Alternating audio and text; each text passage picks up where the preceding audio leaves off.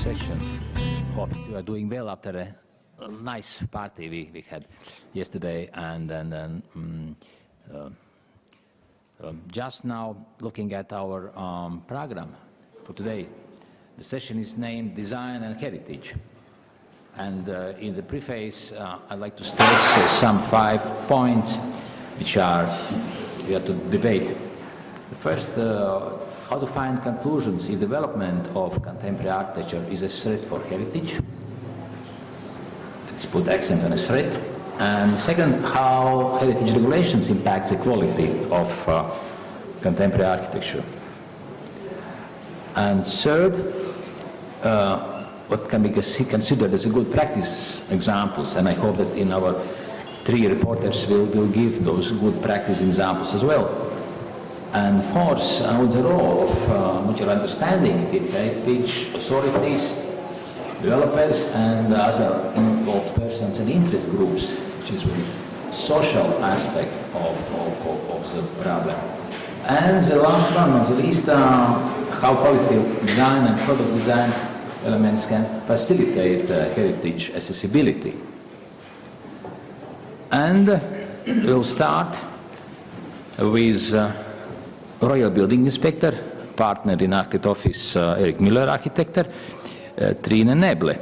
And I'm looking in the some summary which was sent to organizers, and with some statements of office. I suppose the most challenging is statement, in principle, we accept no distinction between restoration and new design.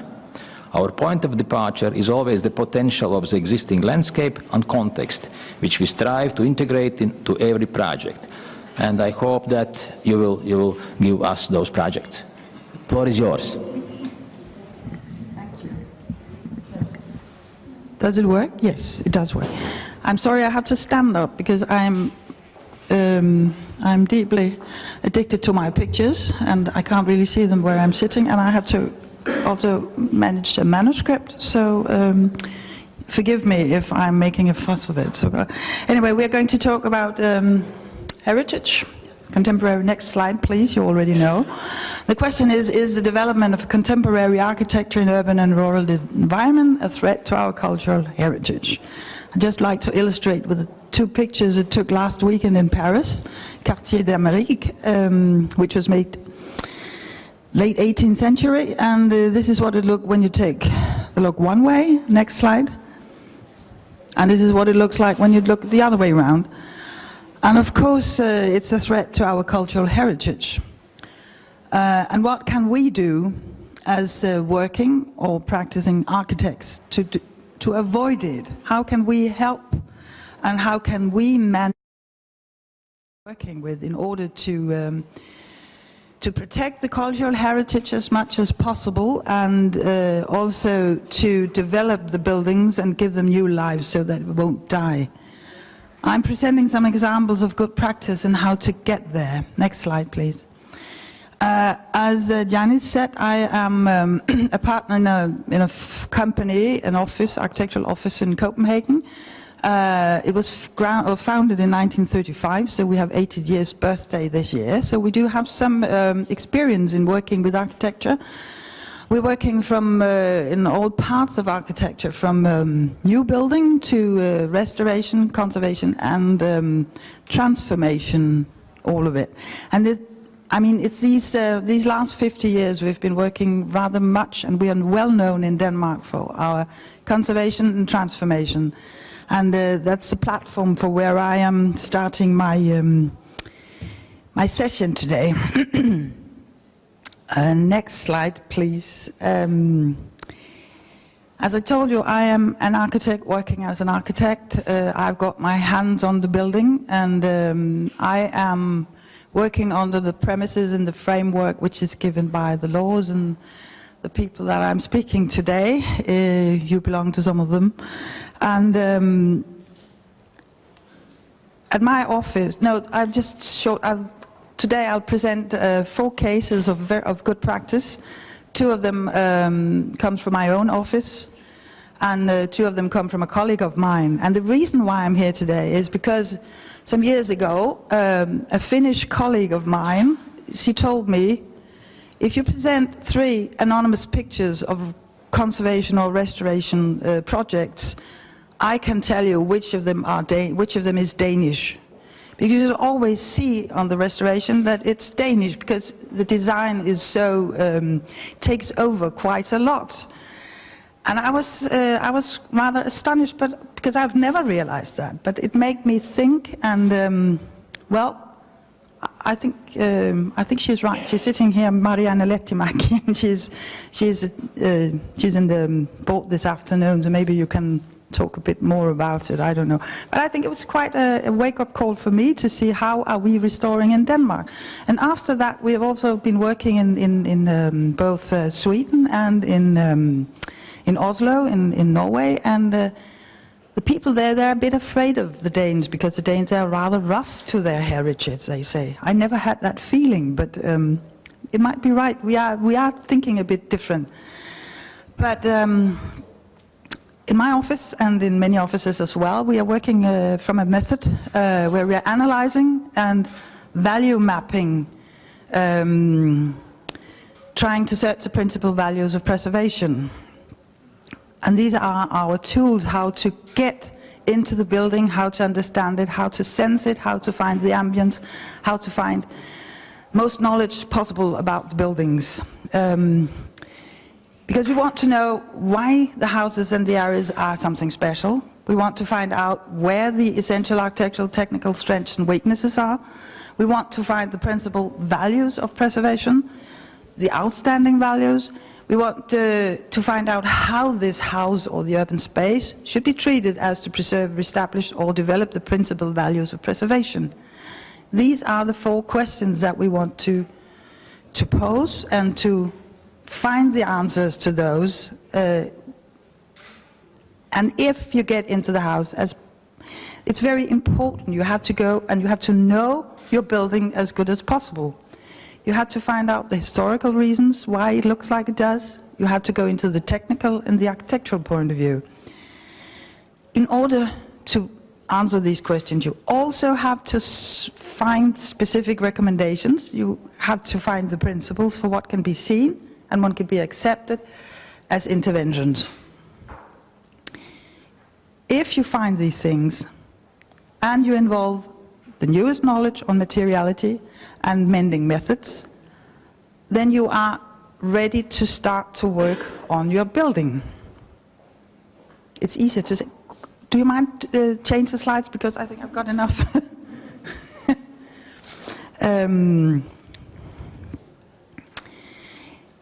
We have taken a long time to find a simple and clear method how to analyze and value map all the older buildings.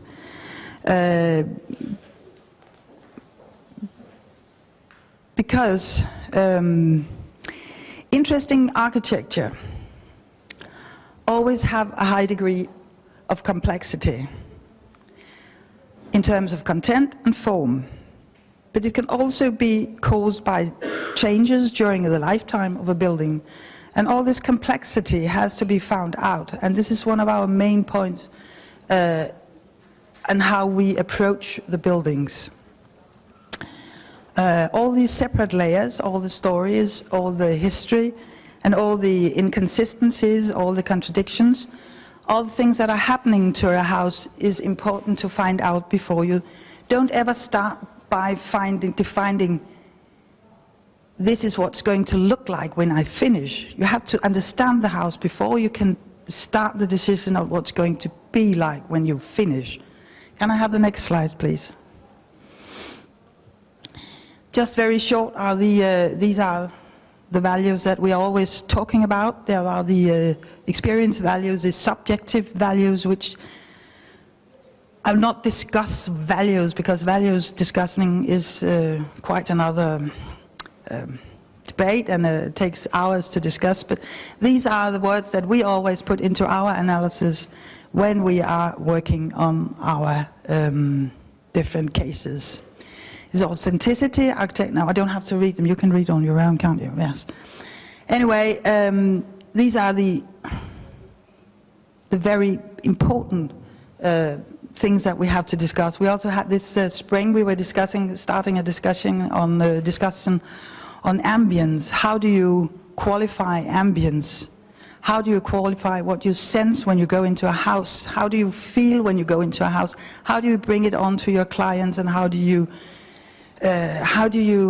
communicate it to all the engineers, to all the entrance, to all the people who are working on the houses? That's the next step we have to go into in our analysis, and it's quite an interesting point of view, because everybody's talking about what they're seeing. It's easy to discuss what you're seeing, but it's so much more difficult to discuss what you sense, and why good architecture is good architecture to me and not as good architecture to someone else. Well, before I'm going too far away, I'd like to have the next slide, please. And start with a building. It's a large grey building on the left to the White House. It's an old warehouse. It was the restoration. No, I have to go back again. It's a restoration of an old warehouse. The warehouse was built in 1882, and the restoration took place in 1986. That is more than, it's almost 40 years ago. And I think it's quite an interesting subject to bring here. Because in my opinion, this restoration still is very fresh and young, and although it's a child of the time, it's still a very it's got a strong vision which is seen, and it takes place. The approach is that we were inspired by the rawness of the warehouse. We were inspired of the large open spaces, and the room structure was to be maintained. And then we always work with a well-known materiality. Next slide, please. You see here we kept the rawness strategy. We are still working on with all the same materials. We are not putting new modern materials into the house. We might use materials, well-known materials in other ways, but they're still well-known. That's important. Is it actually necessary with this microphone? Oh yes, for the interpreters. As you see here, the only new thing we put in is the ventilation, which is in the floor, and then we, no, not in the floor, in the roof. And then there is electric lighting, of course, and then we make some new openings in the house. Next slide, please. One of the most brutal things was that we had to cut through the constructions to arrange the flow around the building. And because of that, the main staircase has been cut right through the floors, and creating this opening space between the rooms to create the connections. As you see, it's a modern staircase. As I said, it's 40 years old. It's made of steel, raw steel, painted raw steel, and it's some of the same materials that used to be in the building. Next slide, please. An outer staircase. You see the design is not. It's a raw design. It's a precise way of designing, and it's not trying to be old-fashioned, it's not trying to be modern, it's just trying to be there and functional. Next slide, please. The next case is a kind of infill case. As we passed yesterday on our city walking, we were passing by the Latvian hospital. And I could see that this hospital was built at exactly the same time as our municipality hospital that you see there on the left. It's a building or the whole area, a complex built in 1850. And it was abandoned as a hospital 10, 15 years ago. And then the whole campus, or the whole area, was bought by the University of Copenhagen and turned into a campus. And although it's a huge area, they still needed some more space, and we made an analysis of the whole area, a value mapping of the whole complex, and in order to find out what could be torn down of this listed complex. I have to tell you that all the cases I'm talking about concerns listed buildings, of course. Our approach here was that we wanted to make a house which filled in a quite defined area in Copenhagen. We were analyzing the surrounding buildings, and we wanted to continue to use the old or the well-known materials, that is bricks and slates as roof, but we also wanted to do it in a new and modern way. Next slide, please. So here you see the result, which is a modern interpretation of an old building, where we're working with the roof slates. Half of them are actually what do you call them? Sun cells or solar energy. It's turned into solar energy slates, and then we have invented a new kind of brick. Put it upside down, and we stayed to the colors. Next slide. And then we've been working with the window parts. Next slide, please. And you see we have windows of the same size, same position in the masonry, and we're working with the same colors. So all in we can say that we have tried to interpret the old buildings, trying to make a design which speaks together with the old buildings, and trying to stay and stick to the materials which speaks together with the rest of this urban space. Next slide, please. I'm now turning to a colleague of mine called Merete Lind Mikkelsen. She has a small office in Copenhagen as well, and she is working primarily on manor houses. We have a lot of manor houses around Denmark, and they're all dying because nobody wants to live. Everybody wants to live there, but nobody has the money to support them, and you can't really, you can't clean it all on your own. So.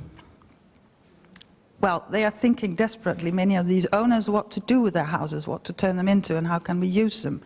And they're all listed, and they're all a valuable part of our cultural heritage. So the rules are strict, and it's difficult to. I mean, you really have to use your imagination to continue and to get into these houses. Merete, she has been changing this manor house into a holiday home. That is a complete change of functions. I'm talking today about the western wing, which used to be a garage and archives, and it's now turned into a spa and sauna, which is, well, a kind of wellness center, but it's a wellness center for people who are, who can't walk. People, I mean, what do you say, handicapped people. She has been very inspired by the Renaissance sauna, which was a culture which was very much in fashion in Denmark in the Renaissance. The house is originally from the Renaissance. Now it's a historical Renaissance made up in the 1880s, but it used to be from 1639. It was built, and she has been restoring it since 2013. She has, if you take the next slide, please. Oh, just a few pictures of what it used to look like. It's one of these houses where when you go in as an architect, it's almost impossible to touch it. It's almost impossible to do anything because it's so beautiful. The colors were so tender and soft and lovely, and all the ambience was there, and when you were touching things, it sort of worked into your hands, it was really difficult to decide what to do with it. But if you don't do anything, it's just going to die. So if you take the next slide, please. One of the favorite themes for Merete is to keep up the room structures as well as good as possible, because then you keep the same feeling when you walk into the house. Then you have the same feeling of of room structure. Well, it's of architecture as you used to have. So she has been working very much, as you see, the upper one is what it used to be, and the lower one is what it's supposed to be, or what it's turned into, existing and coming. It's very important for her to maintain the original room structure. Next slide, please. She's been working with the original large gates, and having these large gates into a sauna and spa area might be a bit difficult. Also, when you want to have some light, you want to have daylight into it, but she created new ones, taking the step, working with the old ones and creating new ones, putting design into, design has to be a function. Design does not have to be something which you just put on it. Design has to be working with the architecture. Next slide, please. I will not complain about the sun, but it is a bit light in here. Here again, we are working in modern design, but in traditional and well-known materials. For instance, this manor house possesses a forest, so it's obvious to take the wood from the forest there and try to work them into the quay or into the house. Next slide, please. The reuse of the structure turned into that we have to have a common bath for men and women, for instance. And it makes me talk about something called forgiveness factor, which is something that people living in old houses, they sort of forgive often that the houses maybe not be so nice and so comfortable and so beautiful as a new and modern house. Not so much ventilation, not so much heating, or heating another way. So here the forgiveness factor brings people together in a common bath, for instance, because there wasn't space enough for two separate baths. Next slide, please. And this is the result of the spa, which is a huge concrete element put into this former western wing, or the west wing. It's made of concrete, as I said, and she's still working with lime on the walls, traditional stone floor, but new patterns. But all of that is integrated in our time, but has the line back to the historic design. Next, please. The last case is also from Merete, which is also a manor house, which has turned from production wings into modern offices. It's a complete change of functions again. It's now a modern and multifunctional office. Her approach here, as well as the last manor, Lungholm Manor, is that reversibility is absolutely no-go. She says that my transformation is forever, or it's not forever, but I want it to last for at least 100 years until somebody new comes around and changes it. And for me, she says, the new function is just as valuable as the original. They are equal. So the new function has to be taken care of just as well as the old function. It has to have the same value. I have to be proud of what I'm delivering here. So she has, again, remained the room structure. She has kept the heaviness of these. This is granite molder, which has the building material. She's working with these materials because they're simple and they're well known. Next slide, please. Just a picture of what it used to be, same feeling as before. Next, please. And she created a new staircase in order to combine, to connect the two floors. Heaviness, compared with the facades. And Alexandra she was looking for some creativeness or fantasy or somebody who dared something, and I think this is showing somebody who dares something in an old house. Next, please. She's again working here on openings based on studies of the existing ones. It's very important for her, which is, of course, well, if you fight for it, it's very important. It's important to get rid of, not always easy, but as if you can get rid of these prefabricated elements, it helps high the quality often. Next slide, please. Just a show on or a view at the bathroom. Well-known materials, timber and simplicity. Next slide, please. For me, the cultural heritage creates identity and experience. It's a resource and it's dynamic. It allows for development based on tradition and again this forgiveness factor, which is so important for all of us. But it's also threatened because if we don't develop our cultural heritage, if we don't allow it to be worked on and to be added to and added on, then we are risking that the buildings turn into museums, which is not a new thing. Another threat is our mistrust at our own time. This reversibility, which has been a mantra since I grew up as an architect, I think we're really not trusting in our own abilities. And then this lack of holistic view, which also Alexandra was asking for yesterday. We want it to be, we want, as architects, it's important to have time to get into the buildings, to understand them, and to step on the buildings to take the next step into the future.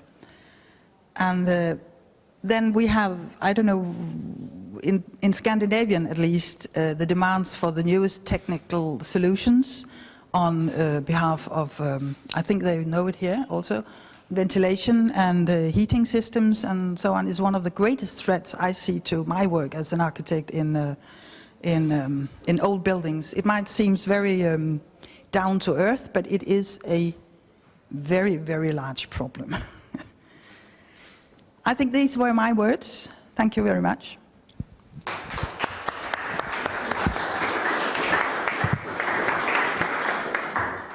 Thank you, Trine. We have time for questions from audience, please.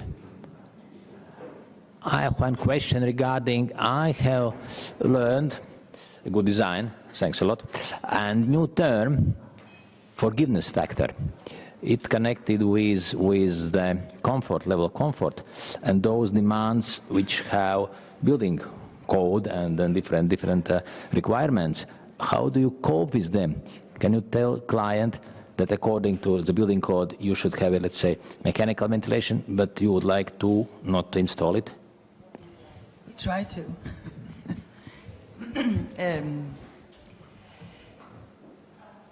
It is difficult, and that's why we are always asking the authorities. We're trying to,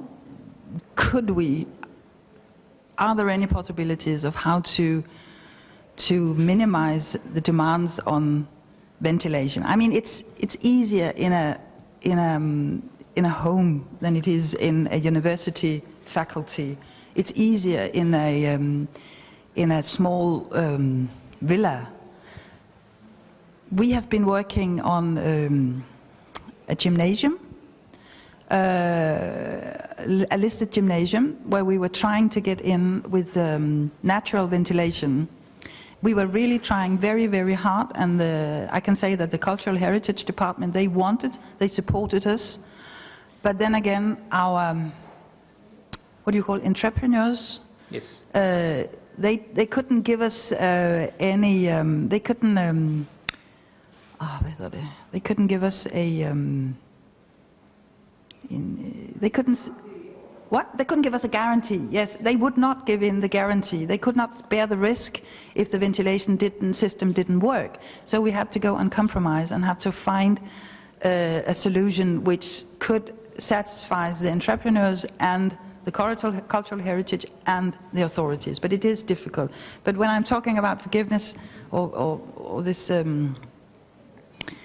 heritage forgiveness, or it's more than it's also to tell people, be able to tell the client that this house is worthy of staying the way it is, because most people, they like living in old houses. They like to walk in old houses, to work in old houses. It brings more. It's sort of something that you can't really price. People are trying to price it now because these old houses are getting more and more expensive.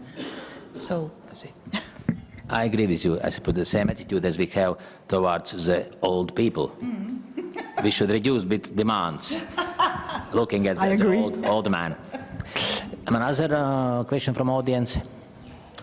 If not, then we can, thank you very much. And turn to next reporter. We have a representative from KOKO Architects, Estonia. Sorry, for some reasons, Andrus Koresaar couldn't arrive, but we have an architect from KOKO office, Åsa Dahlin. The floor is yours.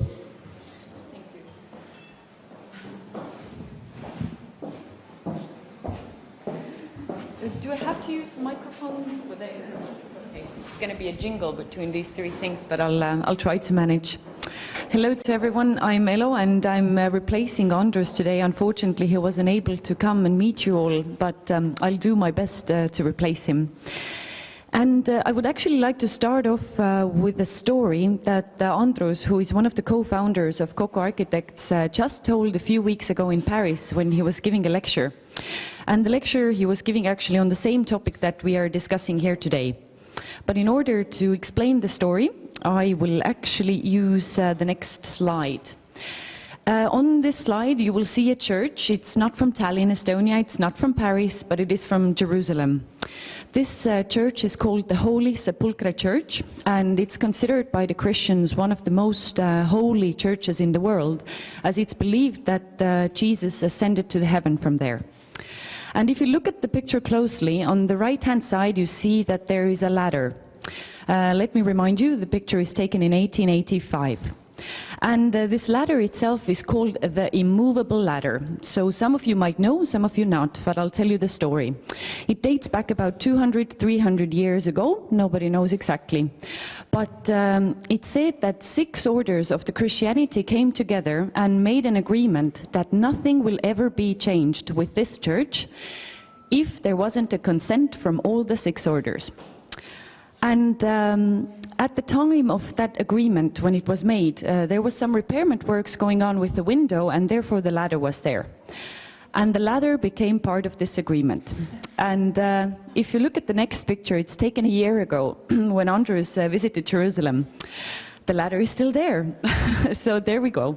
I'm telling you the story because when you go and touch heritage, you have to have everyone agree. And if you don't, then even the smallest detail will not be changed. And yes, as I said, the ladder is still there, and I think this shows or illustrates the core essence of heritage and what we deal when we deal with heritage. You have to have everyone to agree on your project or on your plans, otherwise it just will not realize. But today I want to talk to you about another project. This is the Seaplane Harbour in Tallinn, Estonia. And I believe it is a great symbiosis of modern architecture, innovative design, and definitely heritage. But in order to make you understand the context and the heritage of this project, I will give you a little bit information about the background of the seaplane hangars. These hangars were built in the years 1916 and 1917 as part of the naval fortress for Peter the Great. And they were built and designed by the Danish engineering and construction company Christiani and Nielsen. And And at that time, this design was very innovative, not only due to the fact how it was constructed, but also due to its structure. What I can tell you is that it is the first large-scale reinforced concrete shell construction in the world of this size. And by the time when it was built, it was very innovative, so a lot of people followed it, and the British journal, The Builder, actually made a reportage about how it was built, and that's actually where we collect a lot of knowledge about it as well. And the location of the seaplane hangars, on the picture you can see them here on the right-hand side, is right by the seaside of Tallinn Bay, and it formed a very important part of the sea fortress, which is just next to it. Later it served as a prison. And if you look closer at the picture, then the towers, these are all the churches in the old town, so it's quite close to the old town as well. And since the hangars were constructed in 1916 and 17, there was absolutely no reservation works done afterwards. This picture here dates back to the Soviet era, quite at the end of the Soviet era already. And it's one of the saddest, well, not one of the saddest, you'll see quite a few of the saddest pictures yet to come, but it's one of a really sad picture that shows how this area of the seaplane hangars and the seaplane harbor itself was treated. This is the time when the Soviet military used the hangars just as a warehouse, and the aquatorium around it was filled with half-sunken ships and vessels. But now I'll show you even sadder pictures. This is right before the construction work started around 2010 in April. And as I said, no reconstruction works were done with the building, so the hangars were decaying day by day and coming to a worse condition every year. So this is what we faced when we started the renovation. And to be honest, when we had experts coming from Sweden and other countries, then the most common recommendation that we got was that, okay, let it go. Now it's time to make a beautiful memorial for the building, keep the ruins, and just honor it. Because the time and, not even the time and the money wasn't so much the concern of the experts, but rather if it was even doable. But the state was willing to invest some money into the research and into some analysis, whether it could be done. And the KOKO architects participated in the competition in 2009 and won it. And we decided to go on with the project. And with the help of engineers from the Tallinn Technical University, especially Professor Karl Õiger, who at the time of the renovation works when they started was 86 years old, was one of our cornerstones, I would say, because without him I don't think this project would have ever come to realization. So just to give you a little bit of an overview how bad the situation was. Most of the steel reinforcements were coming out of the concrete. So, and at the point when there's no concrete to protect it anymore, then it's only a matter of time when the building is in such disrepair that there is no returning point. So what we did, first of all, we cleaned the shells. Then the second job was to actually measure the cracks, and now that is an interesting thing. Because when the first analyses were done, then the cracks altogether were measured about 1.8 kilometers. So just to give you an idea, there's 3 shells that form the hangar, and the dimensions are 36 meters by 116 meters. So it's a vast area. And all of these shells, so the 3 of them were cleaned and then the cracks measured. And as I said, it was first thought that the cracks would be about 1.8 kilometers. What the works revealed was that it was actually the double amount. So there was 3.6 kilometers of cracks. And unfortunately, I don't have with me the plan where you can see all the cracks marked on one plan, it looks like a spider web and even more dense. But then the third job to do was to actually fill the holes or the cracks so that we could make the shells whole again and start with other renovation works. This was done with almost the same method as one would use or a doctor would use in medicine. We stitch them up. And often when we talk about this project, we talk about healing the building because it often looked like we were literally doing that. And when the works were done, then they were done a square meter at a time, because the building was in such a fragile state that no larger works could be taken on at the same time. So literally, this building was renovated 1 square meter at a time. So this is how it looks today.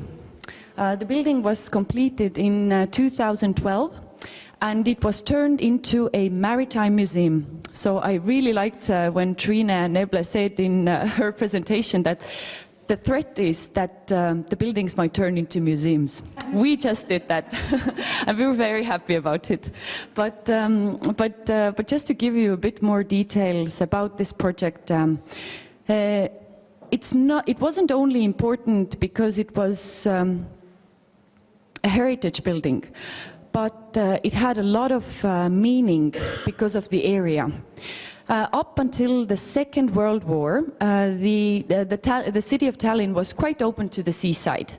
But when the Soviet era came, then unfortunately, as it was the western border of the Soviet area, then it was cut off from, people were cut off from the seaside.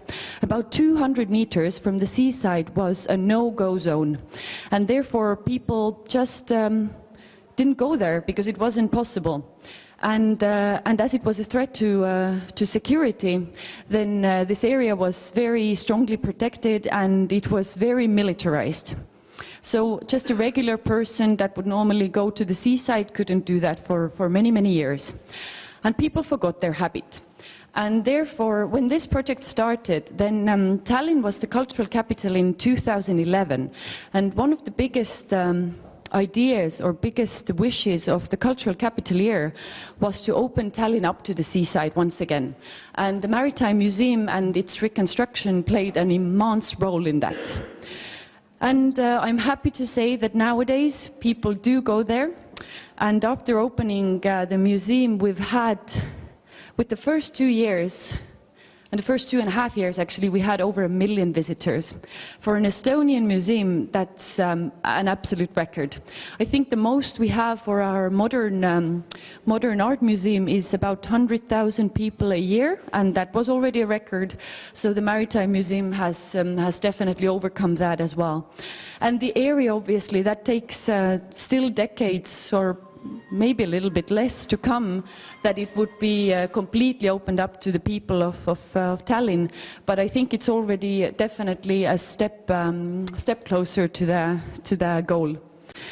But I would like to tell you a little bit more about the inside, because that's where innovative design comes to play. But first, I'll just show you a few pictures of the outside as well. So, as I said, it's not just the museum himself, it's also the surrounding areas around it. So the expositions are over here as well with the ships. There's a children playground around here, and people can walk around the whole area.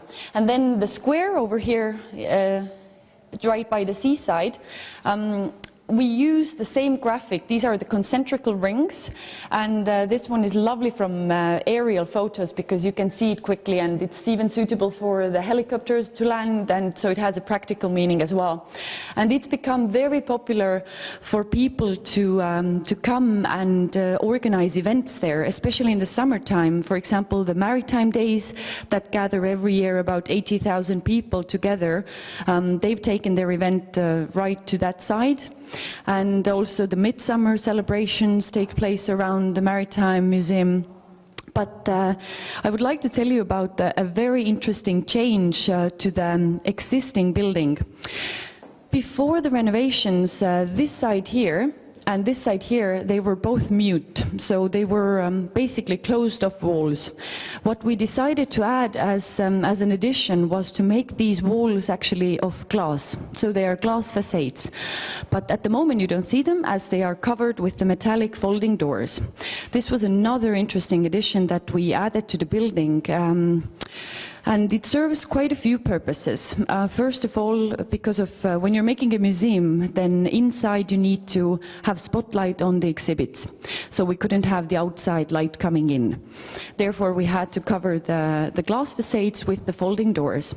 But these folding doors are interesting because once every hour, they open up one by one and shedding the light or the normal daylight inside the museum, which takes away the visitors' focus from the exhibits and makes them actually realize where they are in.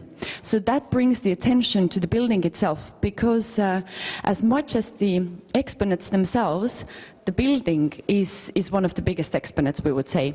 And as many times as I've taken groups in there, I'll just explain you the entrance. The main entrance is from there. People buy their tickets, then they go up the staircase or an elevator, however they like. And then as soon as they get up, they will actually see the huge 3 shells. And I have seen no visitors so far that would stay indifferent. Absolutely everyone has a wow effect, even I do, every time I go there. So that works really well. And we really wanted to make the people understand the heritage in the building so that the importance wasn't taken away from it. This is another picture taken from the seaside. This is a very interesting ship, which is also one of the exponents. It's a steam icebreaker that just celebrated its 100 years.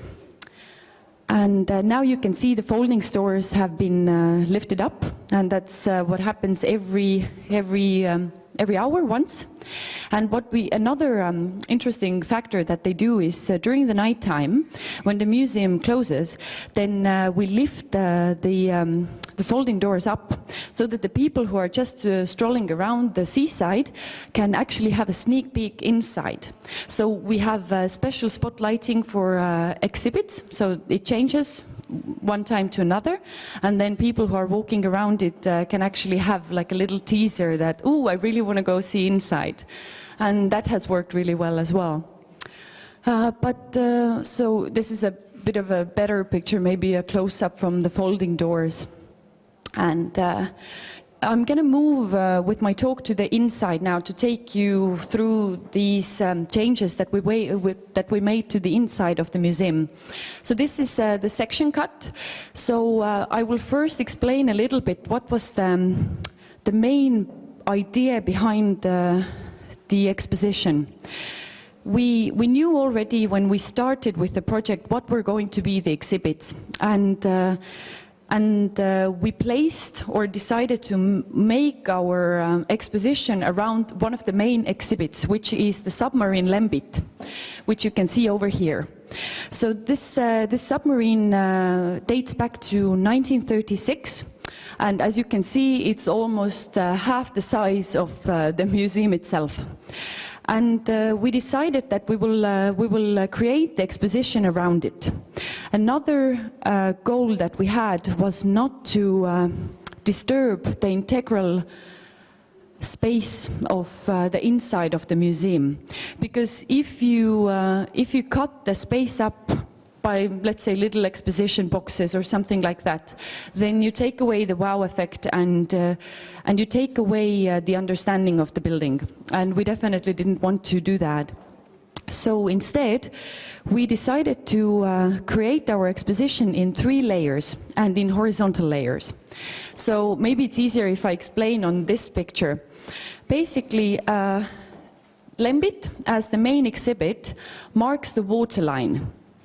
So the people who are walking on the bridge here, that means that they are walking basically on the waterline. And then everything that stays on the ground here is under the water. So you will have mines there, you have the sea map there, and you have the wreckages there.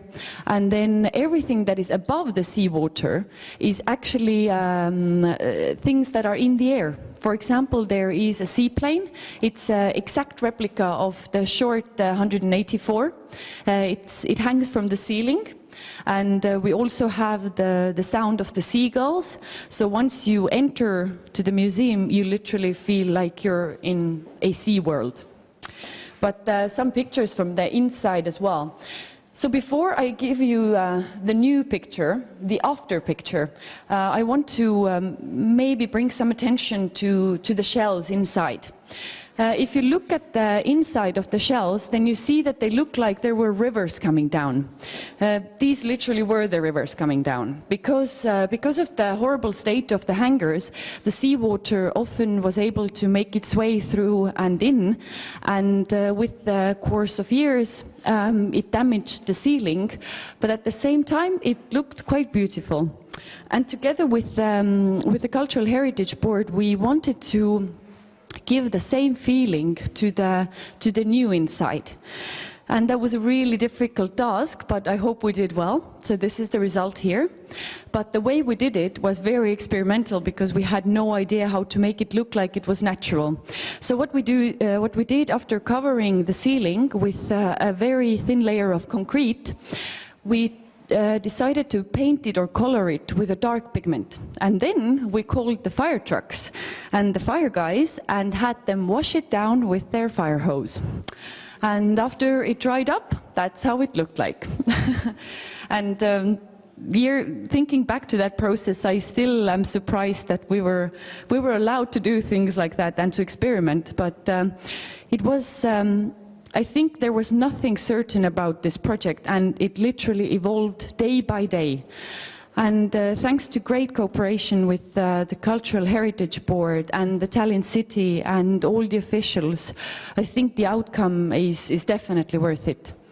But here you can see a little bit better now what I explained about the exposition. So this is the basically the sea ground or the sea map with the traditional markings that you can see on a typical sea map. But it's just that with the yellow lines that usually mark the ways that ships move around, we mark the way that the visitor can move around. And then, as you can see, there are some mines on the seabed. Then there will be soon a picture of a shipwreck as well. And then, so this is the line that visitors actually enter from here.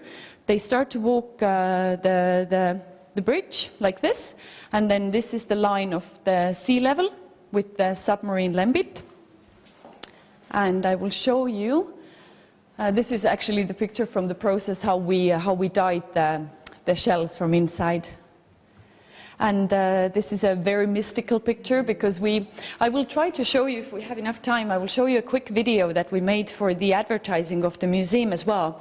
We try to give it a very mystical or kind of a mysterious approach, which works really well because the size of the building, when you're in there, it makes you so small and it really makes you feel the force majeure, I would even say.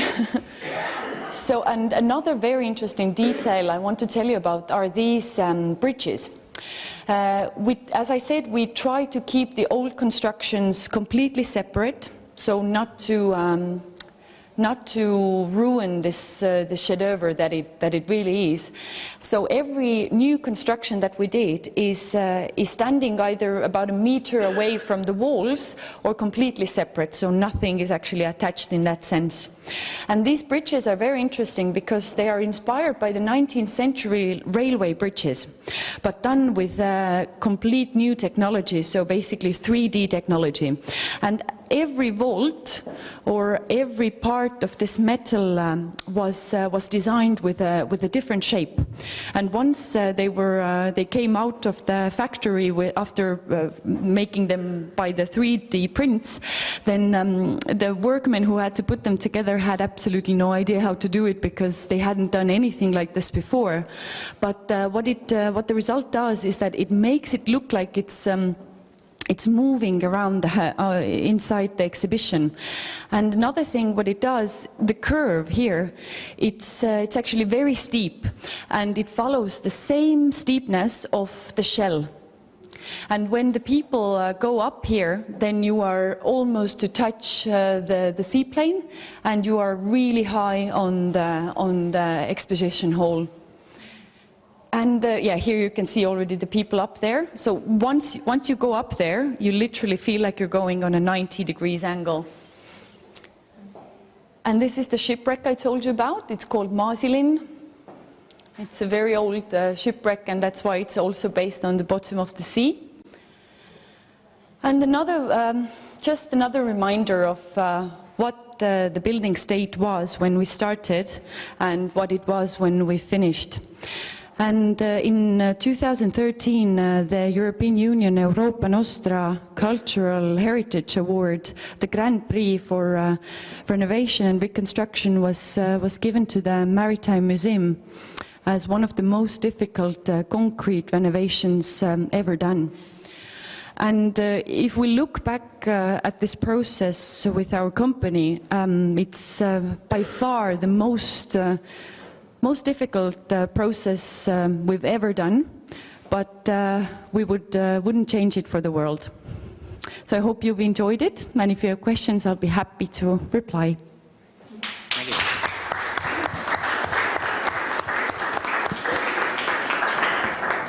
It's a real pleasure. I can assume I have been twice in a museum and always enjoyed. Please, questions from auditorium? If not, we can leave for later. And just we have colleague Åsa Dahlin from Stockholm, City Planning Office. Please, floor is yours.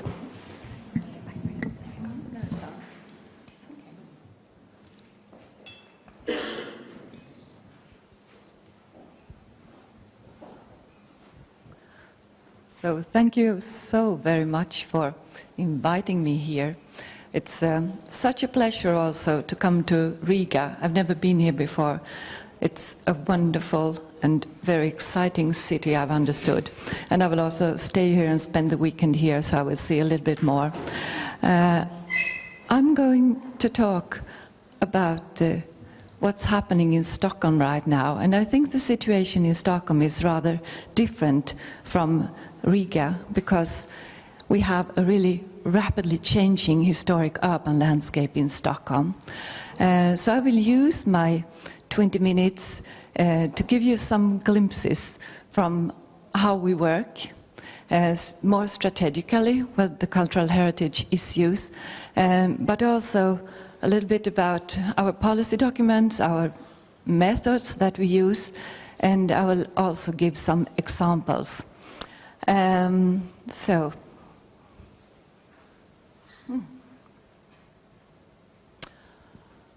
So it's a really demanding situation because the historic landscape is put under such a hard pressure. Stockholm is growing so rapidly, and we are planning for 140,000 new homes by 2030. It's an enormous amount for a city of that size, actually, and it's a little bit hard to understand. We plan all over the city. So the awareness of cultural heritage and architecture quality, of course, is of utmost importance in the changing situation. So we therefore also develop now different policies, and then we think over what kind of methods we need. We are inspired by the recommendation on the historic urban landscape from UNESCO. We think that it is a useful tool to integrate policies and practices of conservation of the built environment into the wider goals of urban development in respect of the inherited values and tradition of different cultural contexts, as it is said in the recommendation. Why then? Well, it's because it's focused not only on the historic center, but also on the broader urban context, and we need to have that perspective with us. So we deal with the site's topography, its built environment, both historic and contemporary, its infrastructures, its open spaces and gardens, its land use patterns and spatial organization. But also, as it is expressed in the recommendation, the intangible dimensions of heritage as related to diversity and identity. I would say something about my own background, perhaps. I'm an architect. I also have a research background and a background from the National Heritage Board and the National Board of Housing, Building and Planning. So now when I work for Stockholm City, it's a really wonderful job, but also very demanding, since I work with the city plan and with the perhaps most on social sustainability, but also as a strategist when it comes to cultural heritage. So I work as a consultant in an enormous amount of different projects going on now, and how to find ways to since it's such a lot of different interests that we must get to interact, we must of course have the cultural heritage perspective with us from the beginning. So we have our city plan, the walkable city in Stockholm, and there we stress that the beauty and identity of the city gain greater importance. So we must be very much aware of our qualities. The city's water, its proximity to nature, its heritage environments and numerous listed buildings are, of course, qualities appreciated by the citizens of Stockholm, but also from visitors all around the world. We also say in our city plan that we must continue to increase knowledge about the city's history, and that during the planning processes, the city must preserve and develop its historical assets and safeguard the national interests. This is easy to say, but it's more difficult in a situation, in such a rapid changing situation that we have. So we work now on several new policy documents that is connected to the city plan. We have a new document, Architecture Stockholm, that is the first policy document that strongly stresses the importance of architectural quality. We also have the Green Walkable City as a policy for maintaining and developing green areas. And right now we work also with a policy for protecting and developing the character of the urban landscape and the variety of characters of the city districts. This is we revise an older document here, so it fits better with this demanding situation. And also we work with a policy for maintaining cultural heritage values in areas of national interest, and I will come back to that. But we say also in this architectural policy document that all city developments should be designed with basis in the identity and history of Stockholm, and that the city has a special responsibility to maintain and develop, of course, the capital in a way that also accord with national agreements on heritage, architecture and landscape. So I would say just some few words about the legislation in Sweden. We have the Swedish Planning and Building Act, and I think it's very useful, but we must remember what is in it and use it in our daily work at the office. It says actually that alteration or changes to all built environment shall be made cautiously, with regard to the characteristic features and with respect to cultural, historical and artistic values. That means that also everyday buildings and places are included in this. And that's extremely important for us when we work with the historic urban landscape. But it also says that buildings which are especially cultural, historic and artistic valuable, or which form an integral part of such a built area, must not be distorted. And we also have demands on contextual aesthetic considerations when it comes to color, form and building materials. Just some glimpses from the legislation.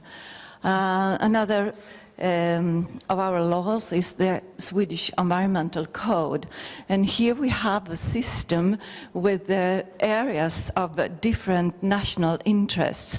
And also here we have management of cultural values. We have areas of national interest for cultural heritage. So it's around 1,650 areas in Sweden that have been pointed out by the National Heritage Board. And 11 of these areas are in Stockholm. And the most complex of these areas is the inner city of Stockholm.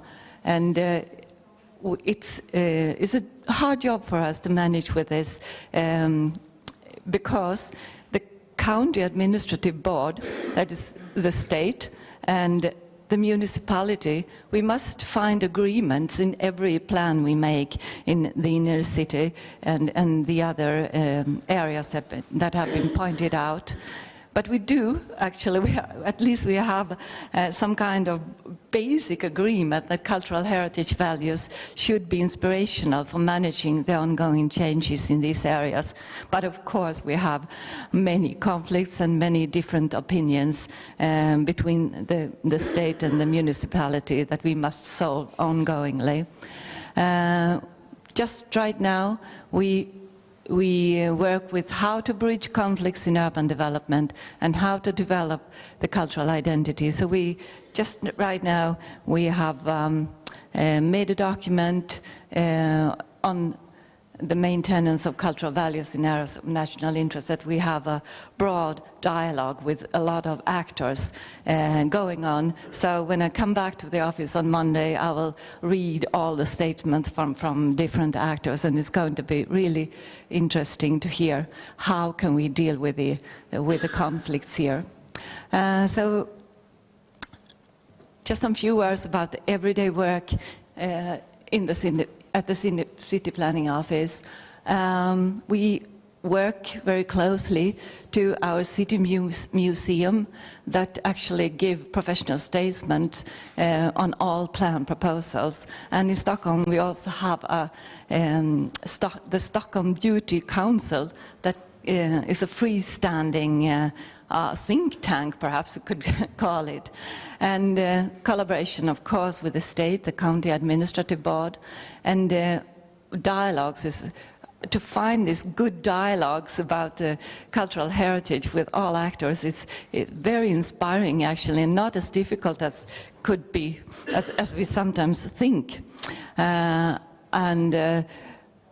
find also good cultural heritage analysis and workshops early in the planning processes is really, really important, because we must find bridges between different professions. We must have the conservation officers to meet the architects, and we must find some basic agreements on the values before we start to design. And it's also a huge challenge to make good cultural heritage impact assessments of the planning proposals when we then have the planning proposals. And guidance, of course, we have for specific kinds of planning permissions. What could be balconies in the city of Stockholm, for instance, where we think it's possible to allow balconies also in the historic environment, because it's such a good quality for urban life, but we want it to be done in a good way, of course. And networking, of course, and collaboration with research community. We work with different kinds of dialogues with the citizens, because we also think that that the awareness of cultural values can actually increase the possibility of people-friendly urban development. But we must reach the citizens, and this is a new pavilion, a movable pavilion that we move all over the city when we need to interact with the citizens. So we must continuously create better and better forms of dialogues with all various groups of citizens. I think this is extremely important also from a cultural heritage perspective, because it's not only the values that the experts define, we need also the local perspective, from the local life today. We use sometimes also, I don't know if you have heard about it, dive analysis that is actually a result of Baltic Sea collaboration. And thank you, Norway, very much, because Norway made the big job here.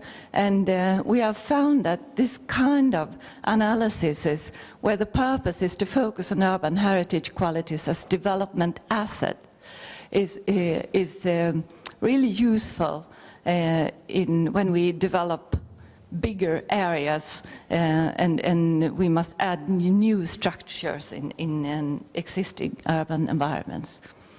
The Stockholm City Plan, we have 4 main strategies for the moment here, and it's about continue to strengthen central Stockholm. Central Stockholm is growing, the inner city is growing, it's going over the bridges, over the water, and we also need other strategic nodes that you can see at the city plan there, and we want to better connect these areas and try to create a vibrant urban environment. We think that the cultural heritage perspective is extremely important in all these 4 strategies. But I would like to say that the historical urban landscape perspective comprises cultural heritage in all the city, but areas of national interest are often considered as geographically separated parts, but we want to stress the importance of the big picture. Cultural heritage is everywhere. Just some few examples from what's happening right now. It's not the best examples, it's just some examples. Here we have at what is called the Stockholm Royal Seaport. That is a huge development area with around 12,000 new homes and like 30,000 new jobs. We also have a wonderful industrial area here, and we use it. As we have opened up it, and we want it as some kind of creative environment that can for all the citizens. So we try to make a stage inside one of the amazing brick buildings here, but also we have the city owns these buildings, and we sell it for very cheap if people have good ideas that can also strengthen the cultural perspective we would like to have in this area. So here is the one example I mean, even if the inner city is of national interest because of cultural heritage, it doesn't mean that it's no development allowed. We just have to be very careful with the qualities here. Here we have proposed some new city terrace houses actually under a church park. So the church park is continuing over, so say these new buildings, and we wanted to make a better street life here as well. And this is from one of the this is a hospital also in the central part of Stockholm. It's a very sensitive place with the wonderful old buildings around it, and also to the waterfront. The other side is to the waterfront. This was a small-scale project from the beginning, but it, as it often is, it became bigger and bigger. So suddenly we had a really awful proposal for a new hospital. I mean, of course, the city wants to support the city and the hospital function here as part of also the cultural heritage. So we said that, okay, if you want such a big new part of the hospital, we need to have an architect competition. So 6 architect offices made different proposals, and this is a winning proposal, and it's also it saved also the yellow building in the middle there from 1930 in this proposal, and now it's out for dialogue, and what has happened then is that we have actually lowered the building also 1 floor from this proposal, so it fits even better with the scale here. This is from the Nobel Center proposal for a new Nobel Center in the middle, really in the very heart of Stockholm. And here I could just say that this proposal is now, it's a winning proposal by David Chipperfield, but I mean, sometimes the democratic process must also go on. So this is the winning proposal, but we don't know how it will end, because now it's out on a public exhibition, as is an enormous debate going on, because, well, the house there, the customs house, and some warehouses are supposed to be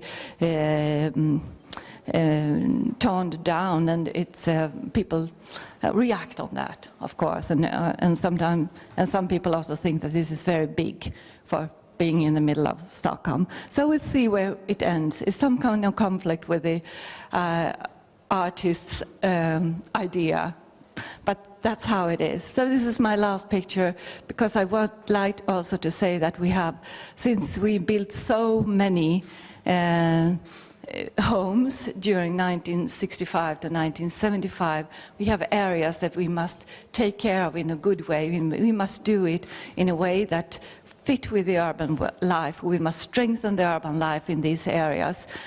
This is also a heritage that we must take care of and develop. So here is in Rinkeby, in one of the areas where a lot there are people living from all over the world, as you can see. And now we build a new street space here with a lot of shops. This is under construction now. And then the 4 happy people there, they have this job just to guide people during the construction period. So thank you very much.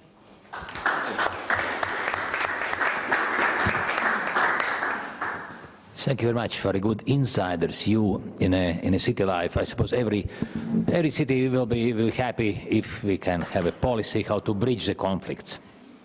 But I have one question regarding, you mentioned a term, beauty council. Yes.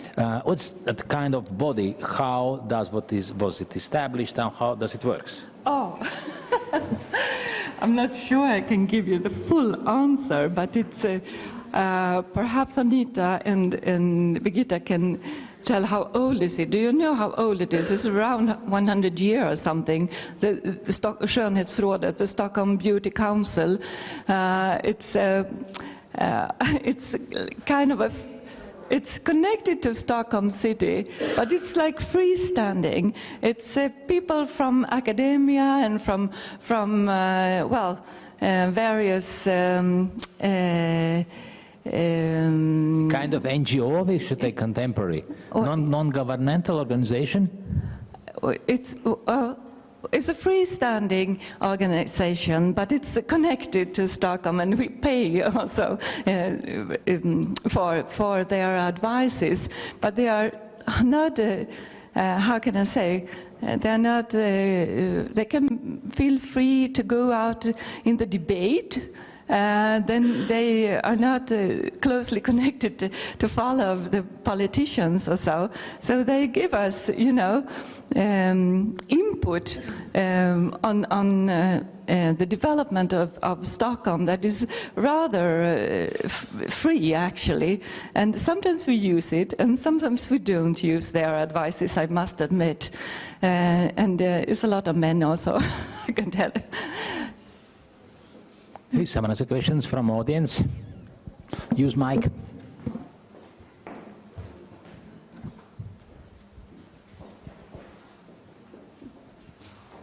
Thank you. Hi, I'm from Estonia, and I wanted to ask, you also mentioned that you ask advice from the city museum, and we are actually, with the new heritage law, we are planning to have more cooperation with local museums as well. So I wanted to ask, how does that work, and who are the people from the museum actually who are formulating this advice? Do they have like architects or some other professionals in the museum? Because, well, at least in Estonia, also the question is that the museum might only have like a couple of professionals, and they would maybe not be able to give professional advice. You can use that mic. Yes. It's on, yes. At the Stockholm City Museum is rather strong, so and the collaboration is very close, and they also have the responsibility for a classification system that we have in Stockholm, that they have pointed out how valuable, so to say, different buildings and different areas are.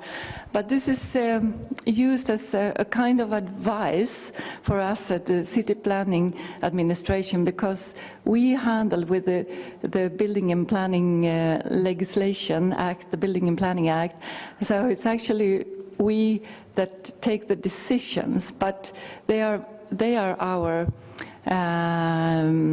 expertise in the city, and they are conservation officers, most of them, that gives this. I don't think they have any architects there. So me as an architect, I think that I can actually bridge many times, because our architects at the office, they sometimes, I must admit, they don't understand really the language that the conservation officers use, and they also think that, well, the museum have a more preserving strategy.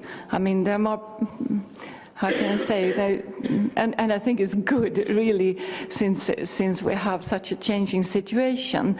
But sometimes, you know, we have political decisions that go on with different projects and to build all these new homes.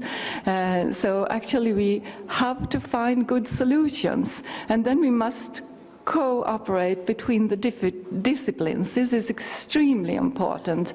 So we try to find good dialogues with the museum, but I must say that consultants, private consultants,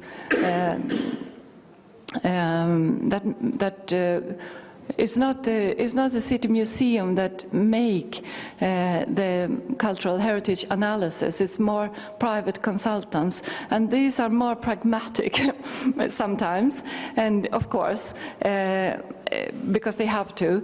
But we also think that it's very important that when we make a bigger cultural analysis, we want a team with, for instance, a landscape architect, with a building architect, with a conservation officer that actually make this analysis, because otherwise it's sometimes not very useful for us as in the planning situation. Was that an answer?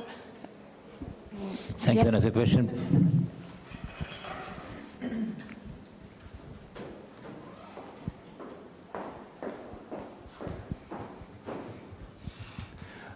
I think it's an inviolable situation, because you have such a great culture of dialogue and participation, of dialogue between the people and about cultural heritage and architecture.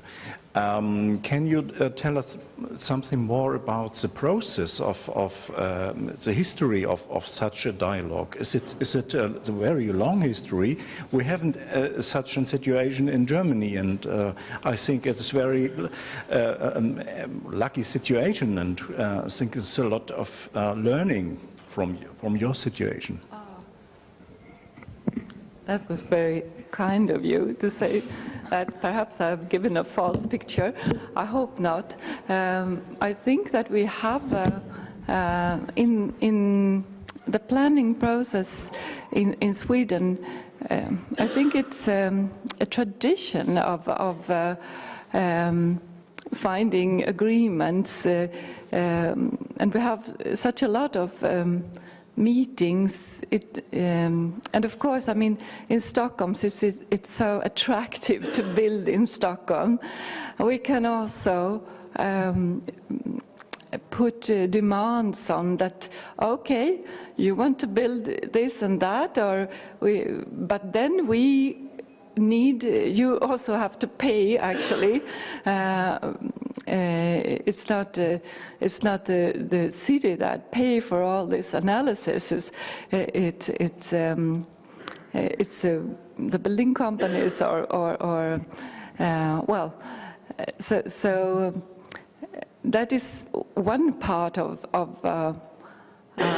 our situation, that it's exclusive. It's a good situation from that perspective, that it's so attractive, so we can put high demands on investigations and so. But I think also that I mean the rules are set in the Building and Planning Act, where we have a double exhibition 2 times with all the proposals, and it's possible also to come and for the citizens to think about it. And also we have strong political goals that the dialogue is important. The dialogue with the citizens is very important. It's not going to be only it's going also to be a bottom-up perspective, but we discuss it very much at the office, how hard it is when we have so many big projects going on, and it's a time pressure. I mean, it takes time with a good dialogue with many actors and with the citizens. It takes time if it's going to be meaningful. If it's not going to be just one-way communication. So I'm not very happy about the situation, but we are aware of it, and we try to invent better forms of dialogues, but I can't say that we are the world leading.